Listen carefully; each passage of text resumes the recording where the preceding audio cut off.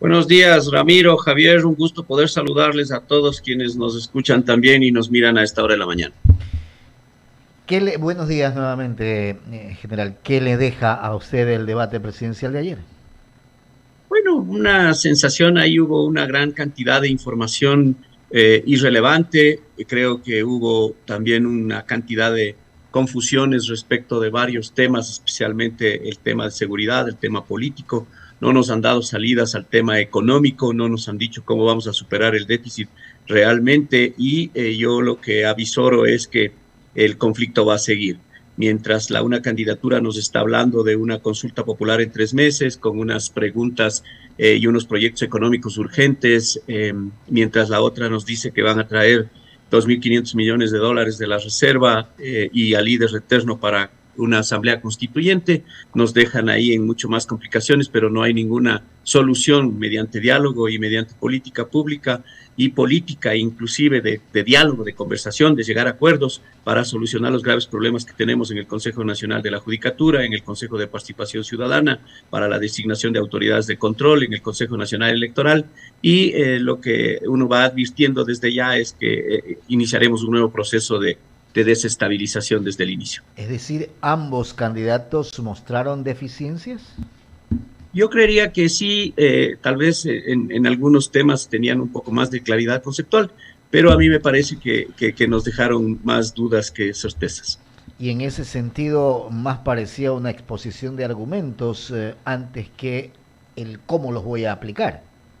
Y no nos han dicho ni siquiera el quién. Es tan importante el quién porque con quién vamos a trabajar, quién va a ser nuestro equipo, cómo vamos a plantear nosotros las soluciones, cómo vamos a plantear los problemas estructurales, qué es lo que vamos a priorizar y con qué presupuesto. Ahí hay varias preguntas estratégicas que se quedaron y que yo creo que en su posición muy conservadora no quisieron plantearla o no tenían la comprensión para plantearla. Por lo tanto, ¿considera usted que los ecuatorianos pudieron o no percibir que hay un futuro, que hay una esperanza en el Ecuador? Y yo creo que siempre va a haber esperanza en la medida en que nosotros tengamos esa capacidad de llegar a una gran agenda por el país, pro Ecuador, y romper con esas agendas individuales, con esas agendas que están siendo por intereses llevadas a cabo desde la visión política. Sin embargo, la desesperanza todavía se mantiene, especialmente en jóvenes, y cuando los jóvenes son los que pierden esperanza es cuando tenemos estas olas de migración, lastimosamente. Claro, los jóvenes son un target totalmente diferente a lo que podemos pensar quienes ya sobrepasamos o pasamos de los 40 años, 50 años, porque es otro la visión que tendemos quizás frente a la realidad de la nueva generación, ¿no? Así es, y con tantos problemas ahora y con tanta globalización que inclusive debería ser aprovechada. Hay problemas de exclusión social, exclusión educativa, exclusión económica, exclusión tecnológica, y esos son los problemas a resolverlos. Abogado Cepeda continúa con la entrevista general. General, ¿cómo le va? Ramiro Cepeda le saluda. Un gusto, Ramiro. Buenos días. General, ¿ya tiene claro cómo se va a posesionar usted de asambleísta el día que le toque instalarse en la asamblea? Porque la tiene bien difícil.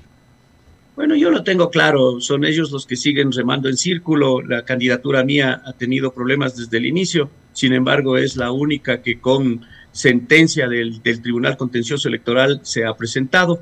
Ellos seguirán en esta dura tarea de querer sacarme, no de la asamblea, querer sacarme de la actividad política, porque no les interesa resolver los problemas especialmente de estos mercados ilegales. Insisto, hay tanto interés atrás que ese es lo que se está manifestando. Nosotros hemos ganado en lo político, en lo electoral y en lo jurídico a través de la acción de protección y las medidas cautelares que ellos pusieron. Y haremos prevalecer lo que dice la Corte Interamericana de Derechos Humanos, que es de cumplimiento inmediato y obligatorio. El Ministerio de Trabajo, una vez que ya se concluya el proceso electoral y el Consejo Nacional Electoral entregue las credenciales, lo que le corresponde es simplemente a través de la dirección jurídica hacer esa distinción que pide la Corte Interamericana entre lo que es un servicio público de designación y un servicio público por elección popular.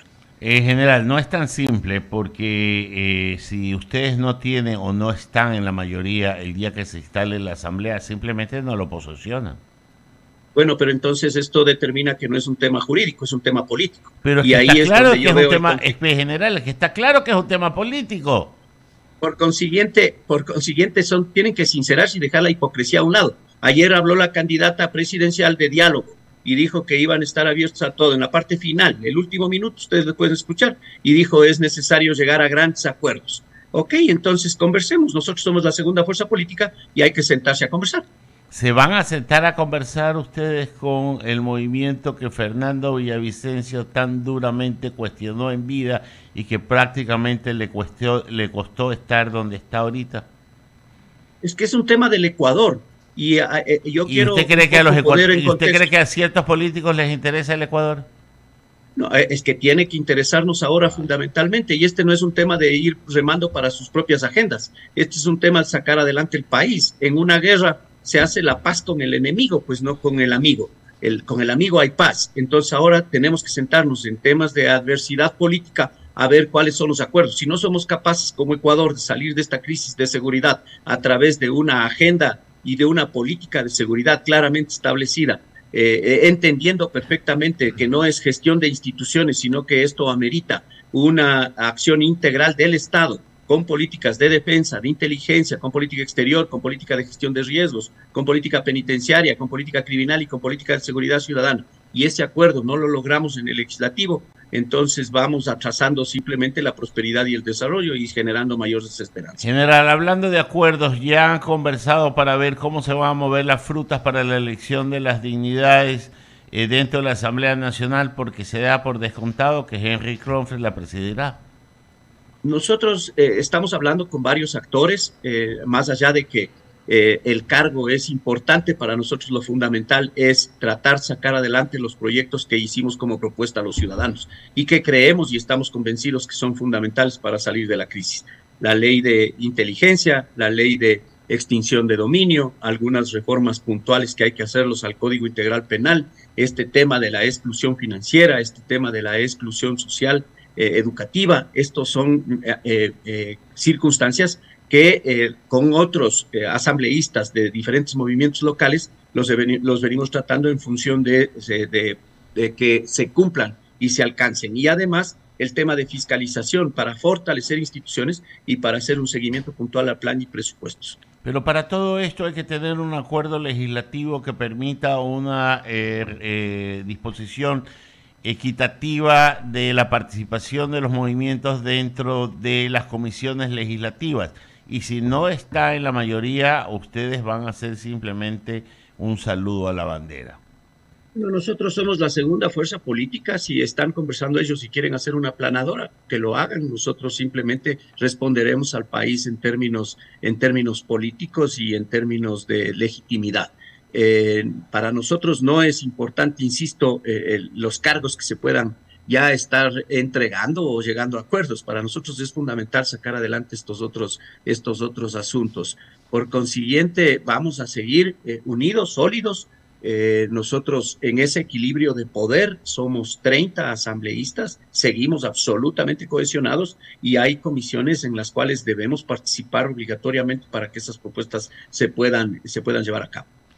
¿Cuánto es el nivel de injerencia de doña María Paula Romo dentro de estas conversaciones del movimiento que usted es parte para conseguir este tipo de acuerdos dentro de la Asamblea? Así como ella tiene amigos, también tiene unos detractores muy fuertes que no quieren sentarse a conversar con ella.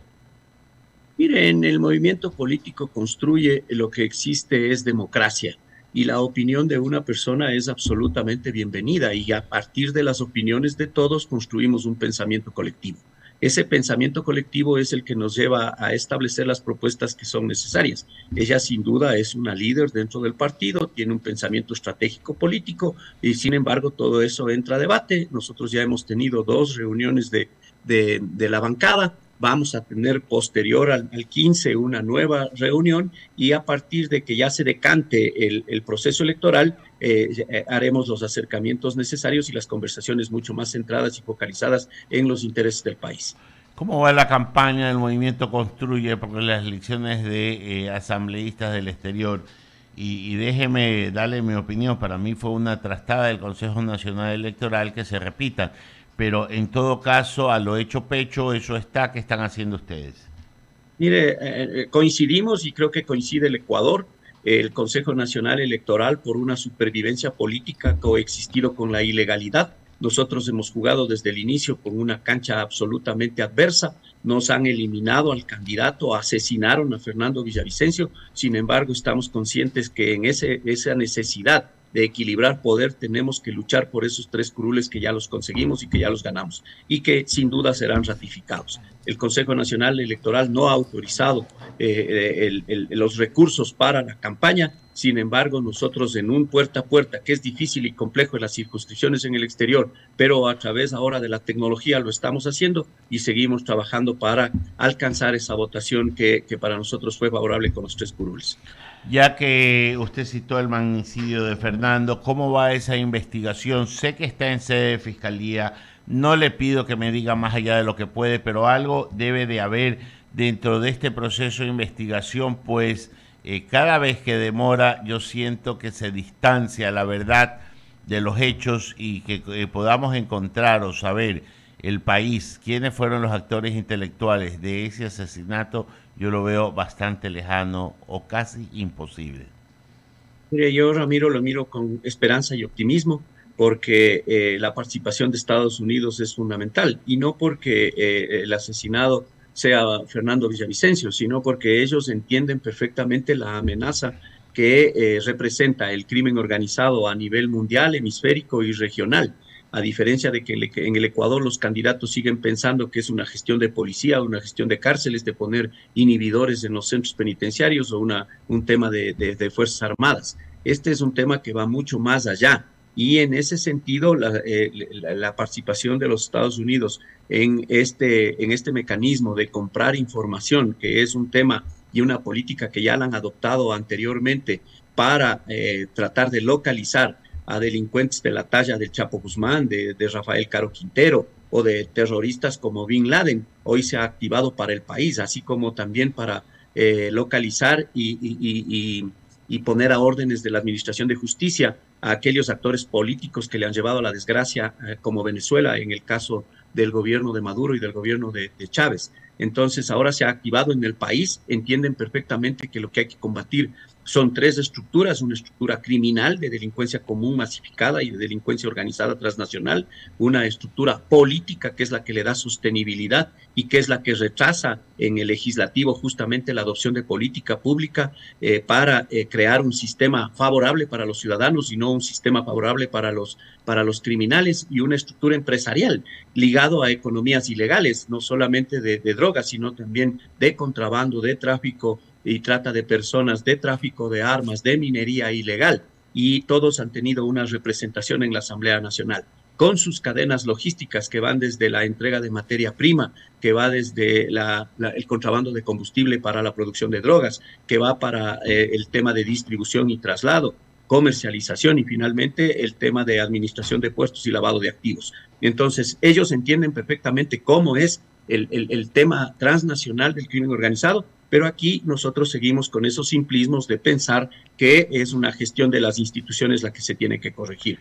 Ante eso yo veo con esperanza, ya deben haber recogido muchísima información, esto no ha sido una iniciativa del Ecuador, esto es básicamente porque ellos necesitan ya algunos elementos de convicción necesarios, y en la confidencialidad que les garantiza servicios como el Buró de Investigaciones Federales de Estados Unidos, podrán entonces llegar en corto plazo a identificar potenciales autores intelectuales. ¿A qué atribuye usted el nivel de interés que pueda tener el gobierno americano sobre el asesinato de Fernando Villavicencio?